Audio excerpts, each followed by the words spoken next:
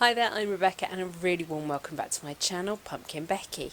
In this week's video we are going to be revisiting my Japanese Larch Bonsai. Let's get started.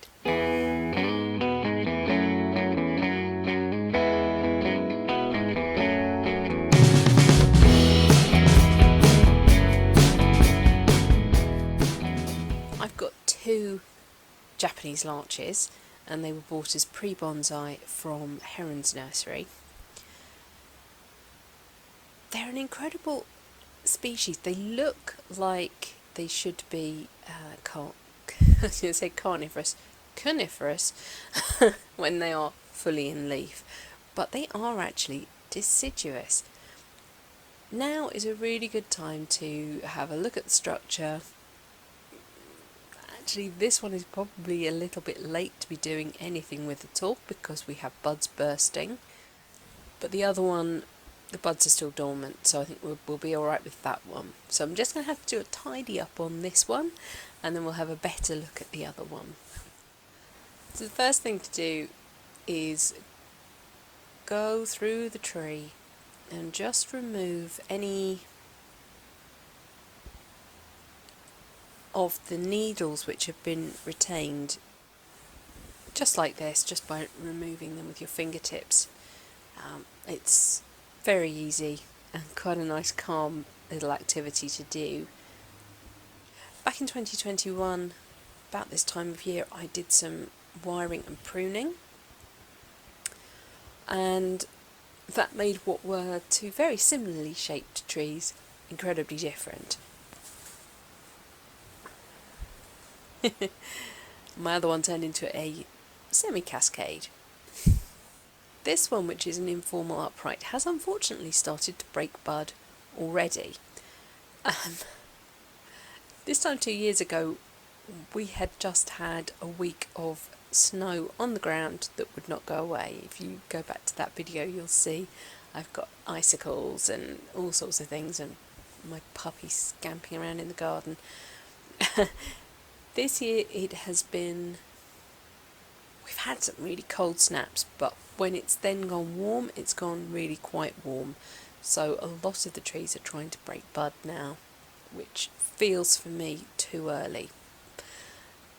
It does mean we can't really do any pruning on this tree. It's already pushing its sugars up the trunk. This one looks like the buds are only just starting to swell, so we might be able to do some work on that one. This one is a no-go. We've got little bottle brushes starting to appear. I do love the buds on these larches. They are literally like little bright green shaving brushes. They're gorgeous. Several things happened to me last year where I missed some timing on some of my bonsai, which is unfortunate. This one particularly missed its summer pruning, so we've got some quite elongated bits of growth which I did not prune back, so I've lost out on a little bit of ramification. The main problem I had was that I discovered Tudor reenactment, and yeah, it kind of took over my life for a little while. Things happen. What we have got, I notice, is lots of things that are going to need rectifying. We've got some little twiggy bits which are actually growing back into the tree for some reason. I've got crossing branches. I've got the stump at the top where I cut the top of the tree out to create a new leader. That could now be taken back a little bit. Yeah, there's lots needs doing on this one, but I can't do it yet. I'm going to have to wait till around May time. What I can do is I can pop some little bits of string on the branches that are particularly worrying me. Once the foliage has come out, it's actually quite hard to see what's going on. So I find a little bit of string loosely tied to a branch just gives me a little reminder that I need to do something with that. So let's come in and have a little look at some of the details that I know I need to have a look at later on. Here's the really strange branch that is trying to grow back on itself. Now I don't know if that's because it was on staging in the summer, maybe I didn't turn it soon enough, and it's actually just growing towards the light. It's possible. But yeah, I need to take that off. I've got some garden twine. I'm just going to unply it.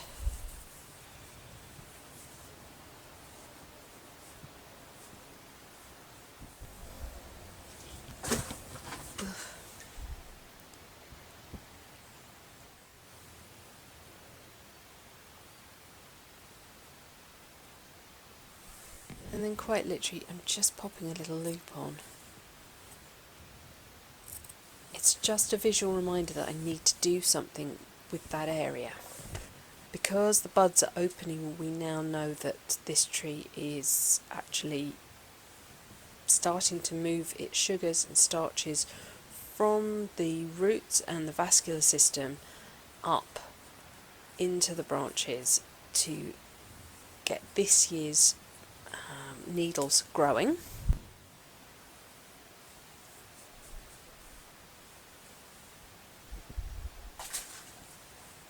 The buds breaking is the sign that the tree is pushing its sugars and starches up from the roots and through the vascular system, and it's starting to invigorate the growing cycle of the tree. If we go ahead and cut those branches off now, we risk seriously weakening this tree. Because the tree is pushing so much up and down through its system, it would start to weep if we made any cuts. So I'm just doing instead a little bit of weeding and just removing those dead needles. Now it is possible to wire right now. The larch responds quite well to that. I tell you what I do need to do, I need to have a really good tidy up in the greenhouse. It's a disaster area.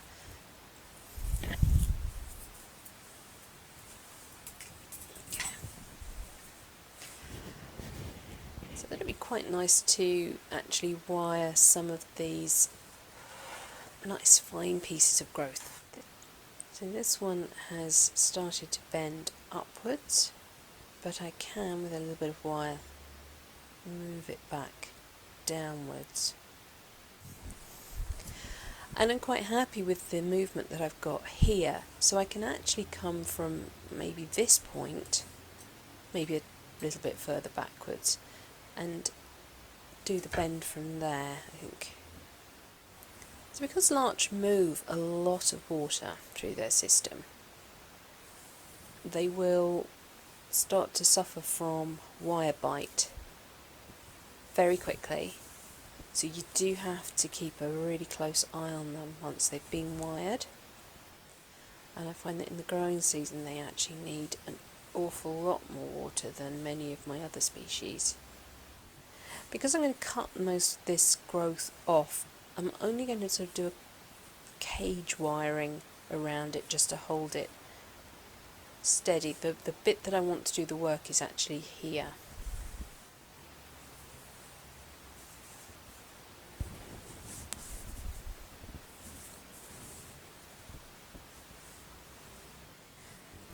And the reason I'm doing this kind of caging rather than tight wiring is so that the buds can still grow freely. I don't necessarily want to shape this piece, but this one particularly was quite a wide fork, so I just want to use the wire to bring it in a little bit. So I'm more concerned about the junction than I am the growth out here.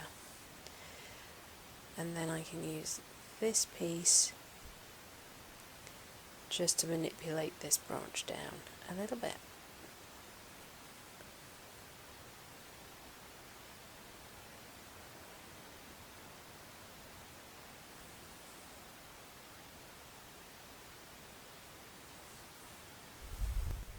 Now I want to just encourage this branch down.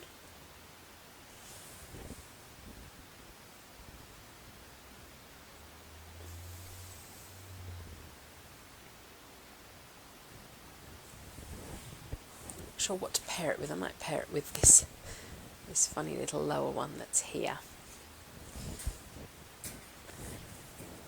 Now again, I'm not worried that I'm not dealing with all of this growth with this piece of wire. You can see it's significantly, hopefully you can see this piece of wire is going to be significantly shorter than this branch, but that's because all I want to do is bring this branch down. I know that I'm going to lose most of this growth when I prune, so I don't need to shape it.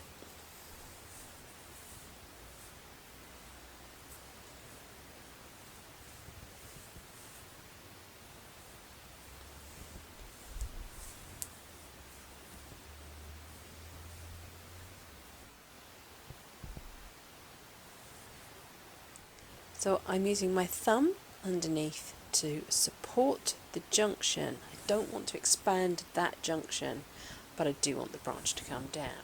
So fingers here, thumb here, and then carefully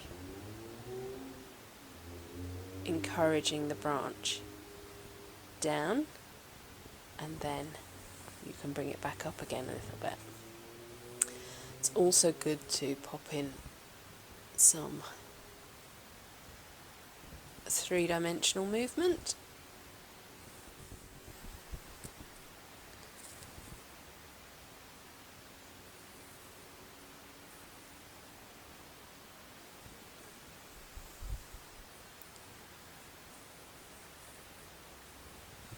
But again, I won't go too far down the branch because it won't matter.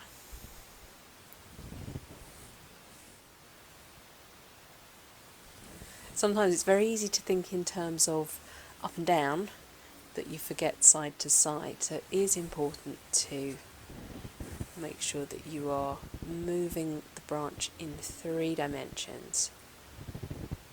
Hopefully you can see the jogs of movement that I've got going on there.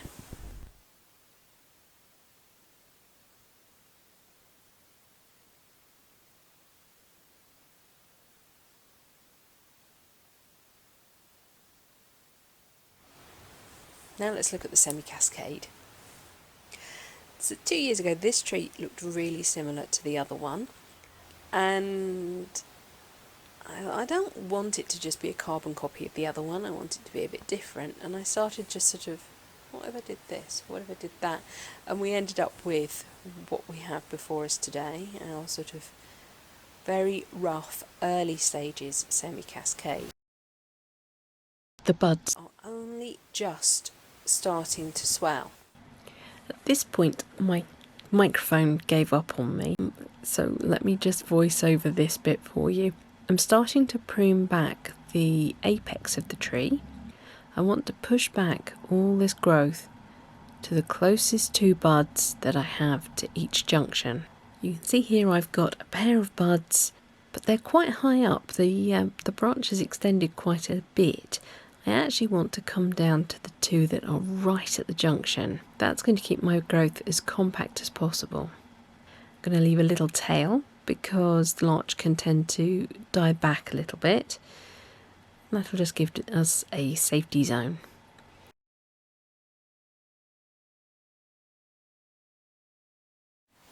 I'm going to wait to see whether these buds swell, as to whether I remove this growth point.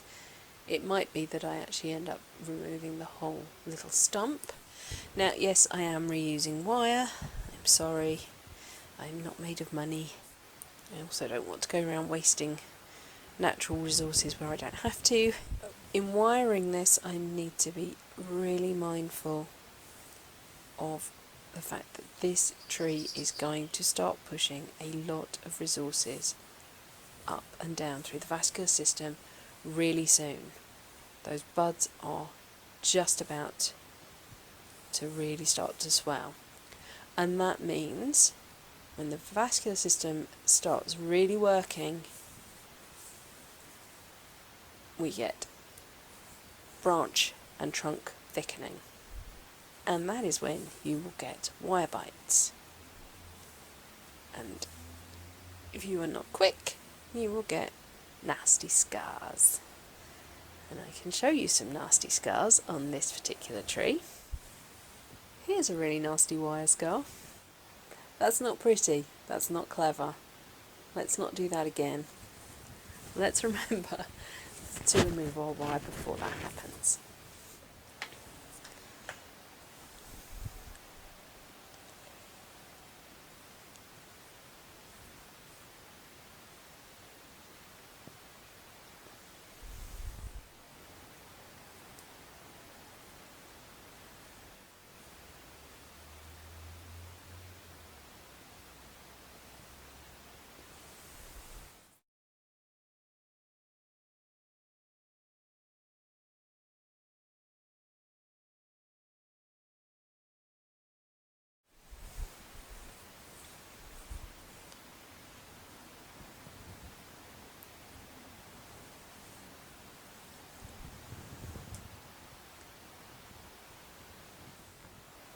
So that's all I'm going to do to this tree today. I would like to up-pot it a little bit later on in the year.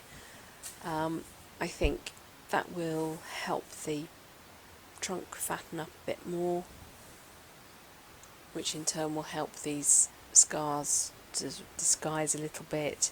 Yeah, this tree's very much in its infancy, so there are lots of possibilities with it.